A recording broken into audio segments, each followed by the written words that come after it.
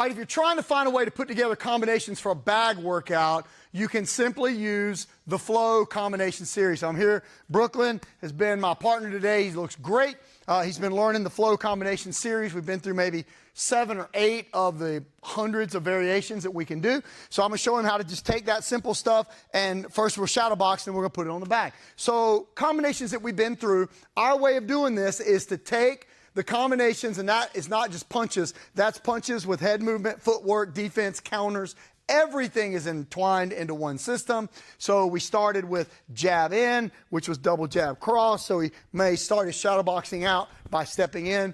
So little things that we're working on, those 4 points of contact, making sure he's got torque and rotation on his power shots, his jabs like a snake's tongue.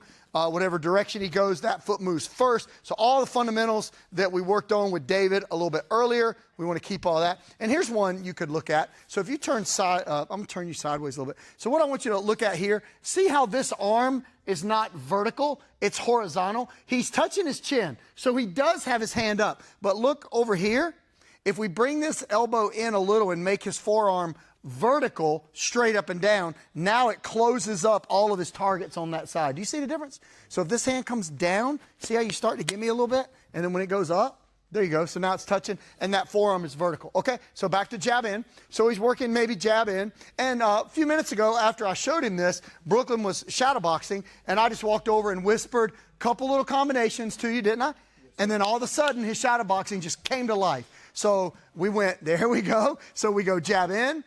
And then the other combo is slip right, and he throws that, boom, good, and he knows how to turn, roll, and he's got an automatic counter built in on those, right? So for shadow boxing, for my guy, I can just call out what I want him to do, and he knows the whole sequence. So let's go jab in, rock, jab in, turn. Okay, so when you turn, your weight's on your right side, so you go cross, up, cross, jab in, turn, roll, boom, throw 3.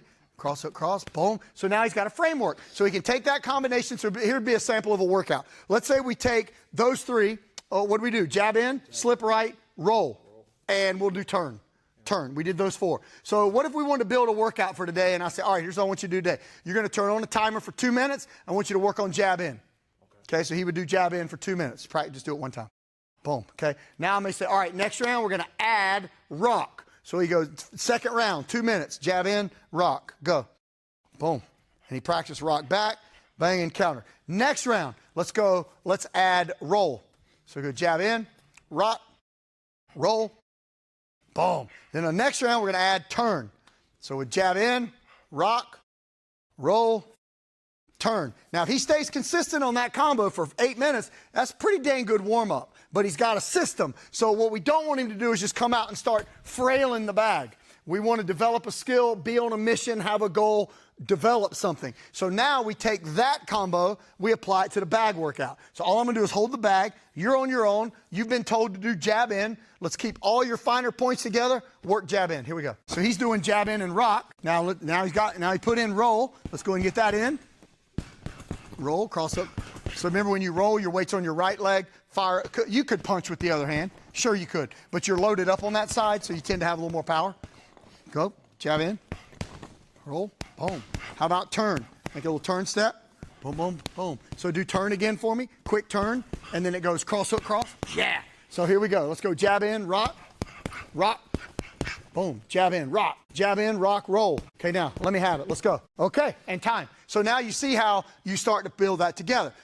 So does it have to be exactly that every time? No. He can mix it up, put in an extra jab. He could have just put in a 1-2, maybe changed his footwork up, maybe went inside a little bit, but then he goes back out and he's got a foundation. So if he gets that feeling, if you've ever fought or if you've ever done a bag workout or a shadow boxing workout, ever, you know that feeling that goes through your head, what am I going to do next? And then you're standing there thinking, and then boom, you get hit, right? So how do you get over that? You have a framework. So if nothing else, if we had jab in, well, if I get loose, I can just go back to jab in. Well, yeah, so I could come off of that side, yep, or I could turn and I'd already be loaded up. But you use flow as a foundation to build the workout. It's not that you can only do that. It's not that that is the only thing that you practice, but it does entail most of the things that you would use in the fight game. that we would also use with professional fighters as well. Okay, got that?